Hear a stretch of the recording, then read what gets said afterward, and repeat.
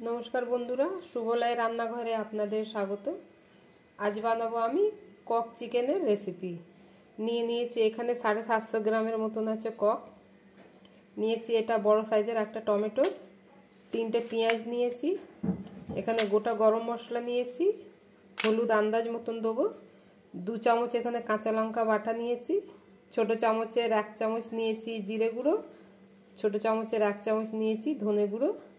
प्रथमे आमी पेঁয়াজগুলোকে কুচি কুচি করে কেটে নেব আর টমেটোটাকে কুচি কুচি করে কেটে নেব। এদিকে উনুনে কড়া বসিয়ে দিয়েছি, কড়াটা গরম হয়ে গেছে, দিয়ে দেব সরষের তেল।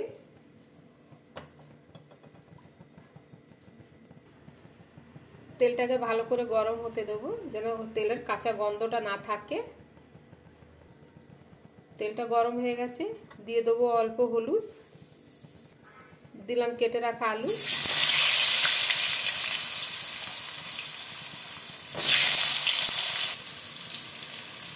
আলুগুলোকে আমি লাল লাল করে একটু ভেজে নেব।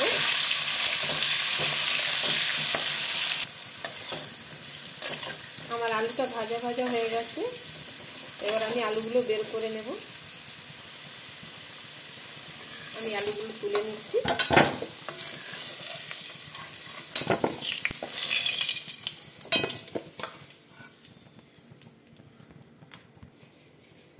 আমি তেলগুলোকে বের করে নিয়েছি, কালো হয়ে গেছিল বলে।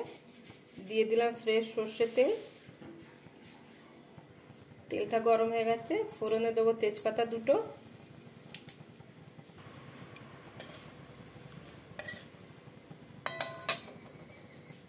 দেবো 2টো শুকনো লঙ্কা, দেবো অল্প দালচিনি, 2টে এলাচ, দিলাম 4টে লবঙ্গ, দিয়ে দেবো কেটে রাখা পেঁয়াজ।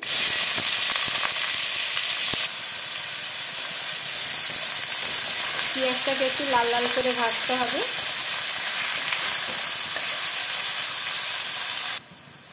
আমার পেঁয়াজটা ভাজা ভাজা হয়ে গেছে, দিয়ে দেবো ধনে গুঁড়ো,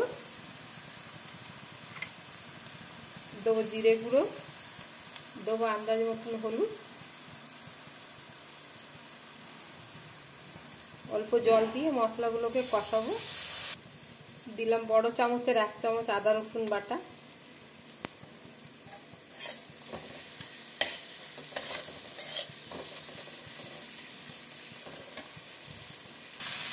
দেবো বেটে রাখা কাঁচা লঙ্কা।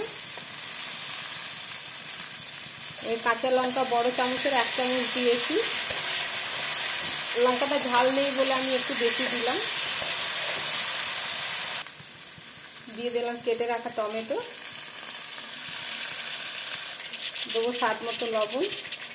আমি টমেটোর সঙ্গে সঙ্গে লবণটা দিয়ে দিই যেন টমেটোটা গলে যায়।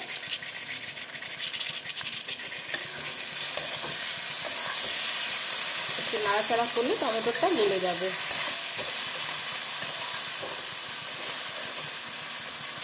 এই মশলাটা কষানো হয়ে গেছে, মশলার তেল বেরিয়ে এসছে।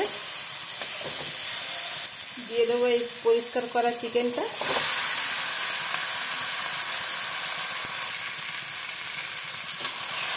মশলার সাথে ভালো করে কষাতে হবে।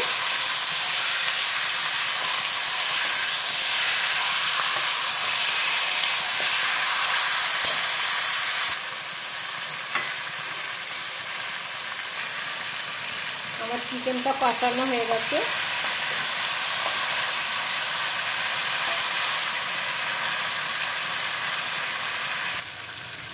দেবো গরম জল,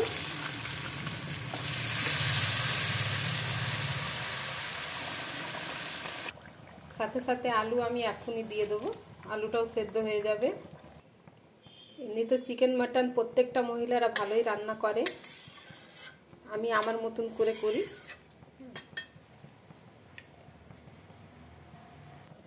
গ্যাসের আঁচটা মিডিয়াম রেখে আমি আধ ঘন্টার মতন সেদ্ধ হতে দেব।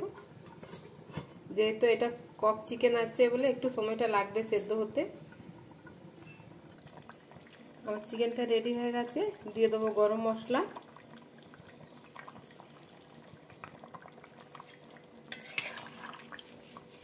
অন্য একটা পাত্রে ঢেলে নেব।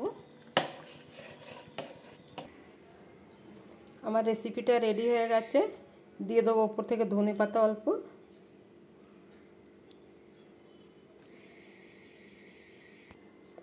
বন্ধুরা, যদি আমার এই ভিডিওটা ভালো লেগে থাকে তাহলে লাইক, কমেন্ট, সাবস্ক্রাইব অবশ্যই করবেন। ধন্যবাদ।